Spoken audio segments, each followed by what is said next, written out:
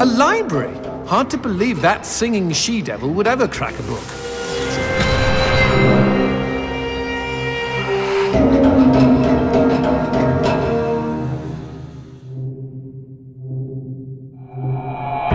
That puta wants to see if we have the balls to follow her. Well, I think I can keep it up. TMI, Johnson. Look alive. We've got company.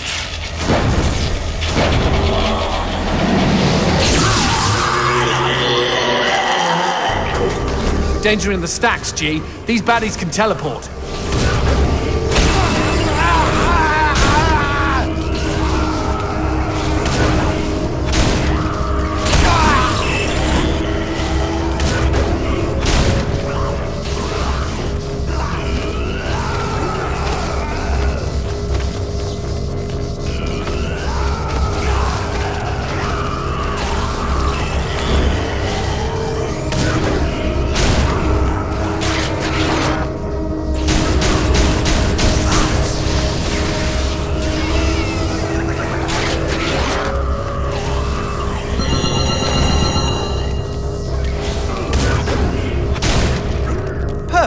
Now it's our turn to Dewey decimate them!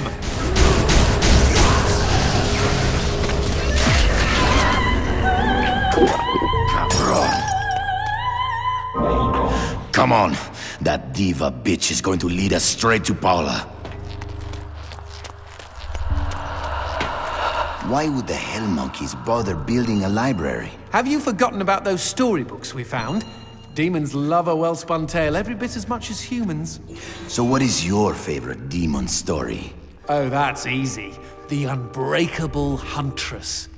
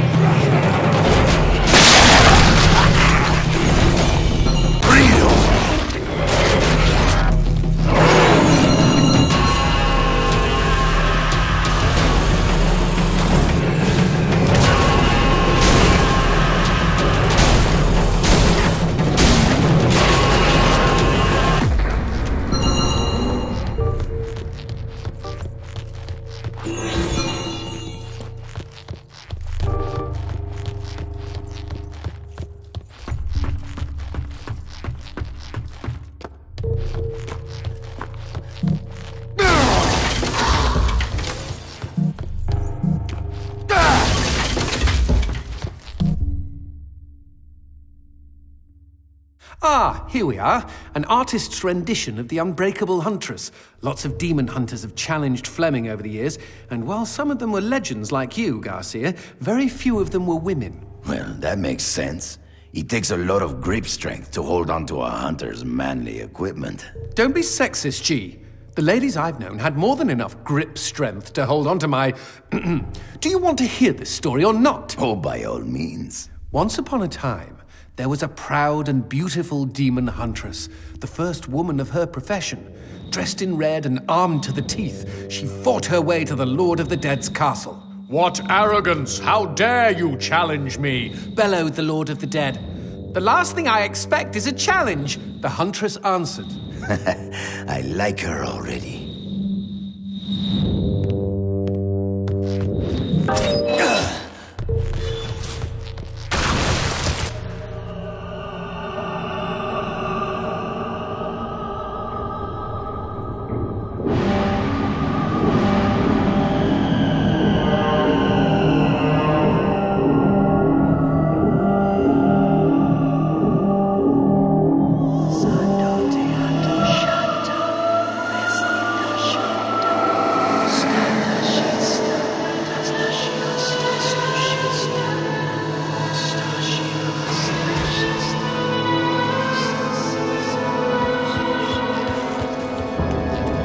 I bet she'd be fun in the sack if she weren't so keen on eviscerating us. Just saying. We need to find a way over to the other balcony.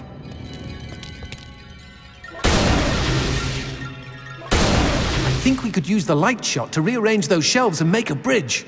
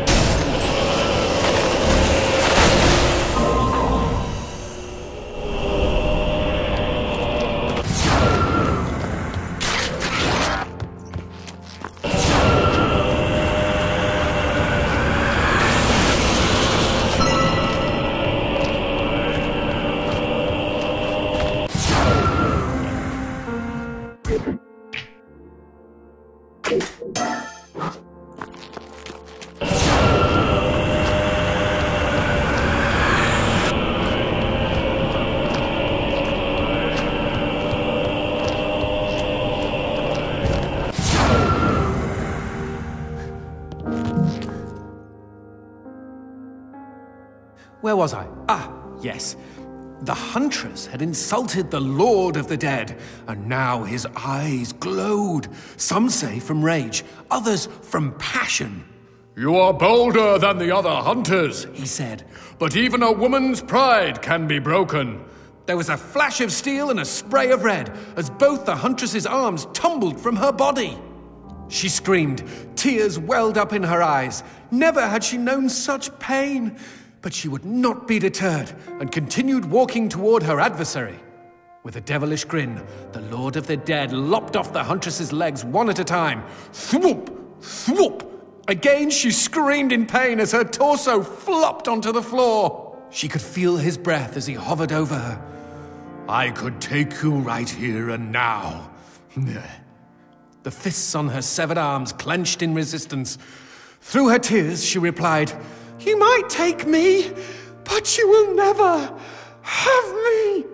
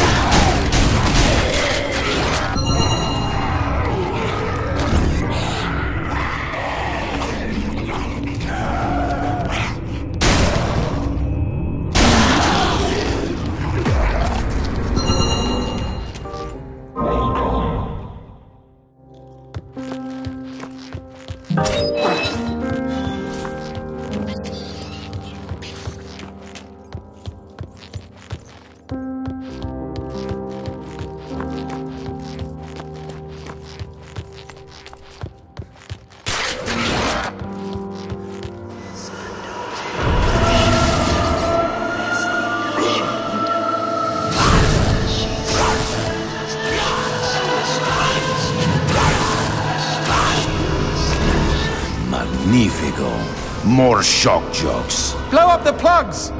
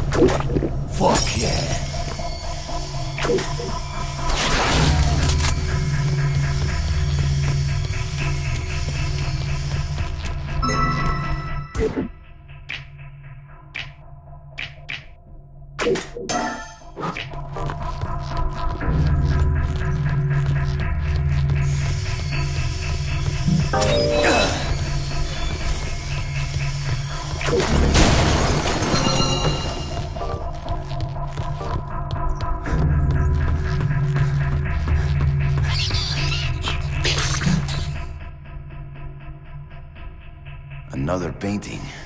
What happened to the Huntress? Well, so impressed was the Lord of the Dead that he put her back together and made her his queen. Time and again he killed her, just to take pleasure in her proud refusal to be dead. But they say she's never stopped trying to claw her way back to the world of the living, where she knows she truly belongs. Isn't that a great story? Her courage is what inspired me to seek my own freedom. She sounds like one hell of a woman.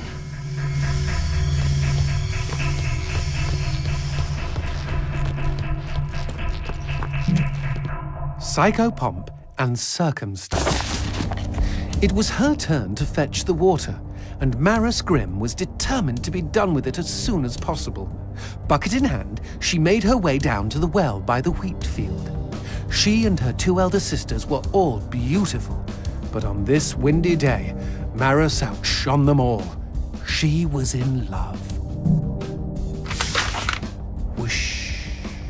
The wheat bowed a greeting as the breeze caught it. And a good day to you, Maris giggled as her nipples responded to the weather and thoughts of her lover. My word, what is this storybook rated? She wound a pail of water to the top of the well, but no sooner had she grabbed the rope than she felt a sharp tug, lost her balance, and went tumbling into the gloom head first. Mother fudge! Mother fudge! Cried Maris. An hour later, the sun sat lower in the sky as two figures approached the well. One was Maris's older sister, Colleen, and she was very concerned. The other was their faithful collie, Ow Ow.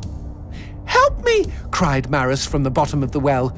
But as Colleen grabbed the rope to pull her sister up, she too was yanked into the darkness below. Well, that sucks. Ow Ow! Go get help, boy! Cried Colleen.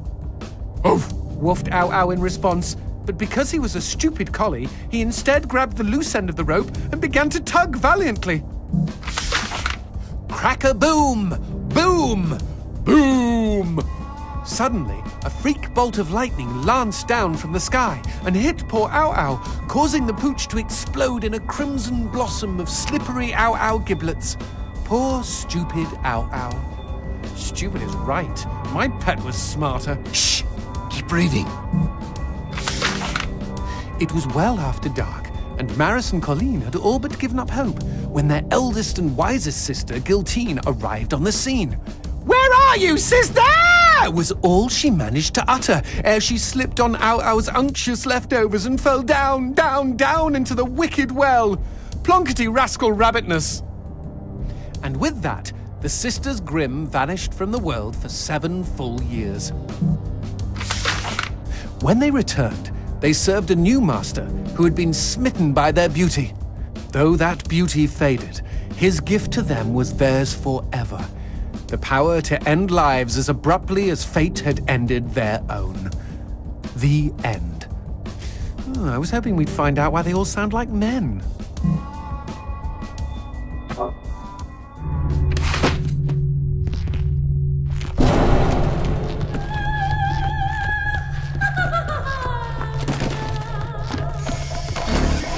Think they will ever write a book about us, Johnson? Honestly, I see you as more of a comic book hero. And anyway, it just so happens I've already been immortalized in prose.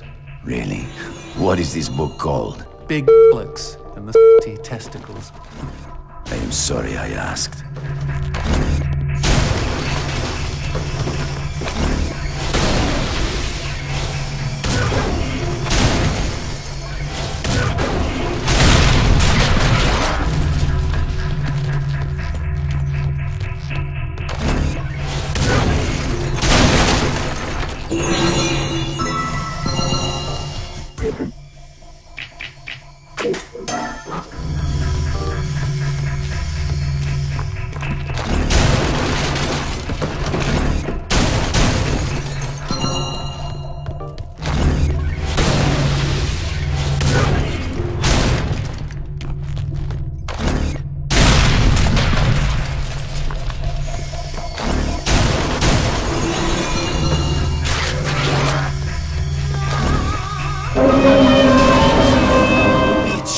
I'm not falling for that sexy bullshit. And I'm only at half-mast. Now you bring my angel out here before I get misogyny.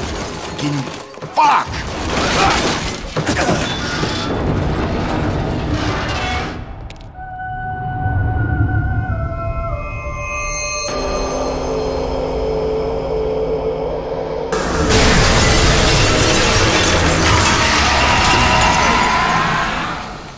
Oh dear, I think the eldest sister Grimm is just a bit angry we've thinned out her family.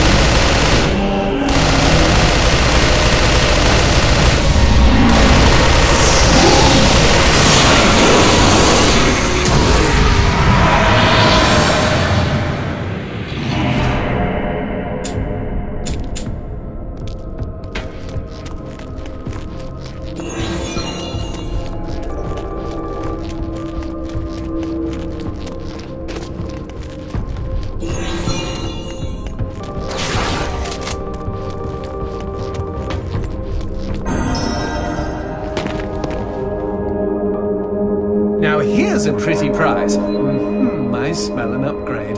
Plug it in, G.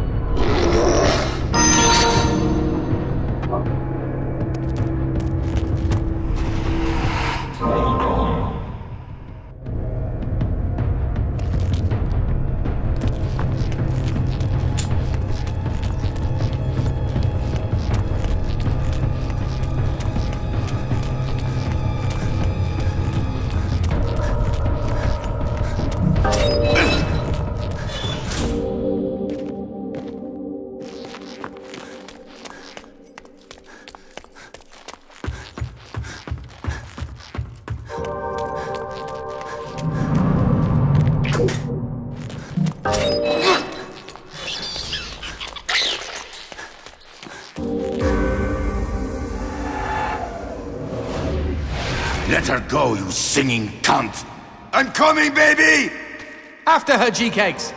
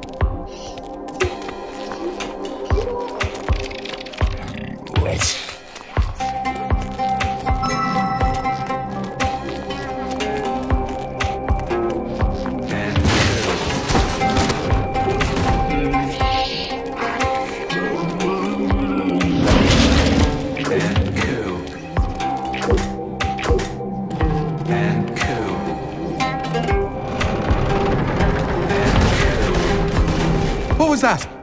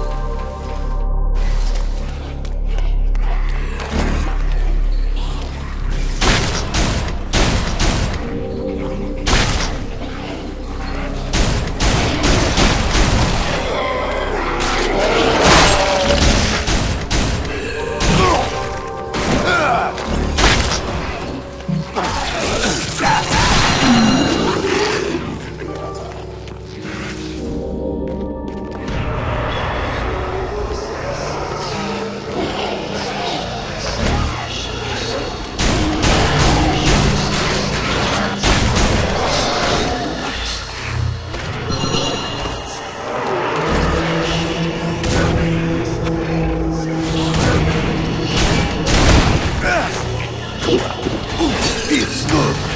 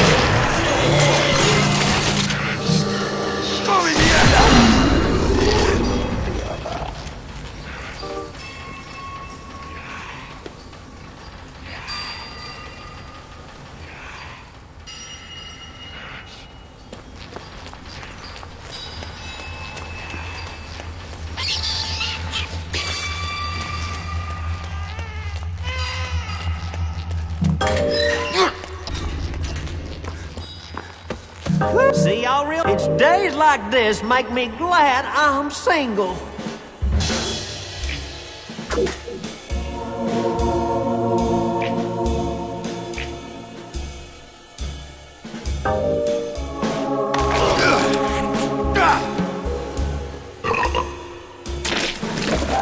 Happy.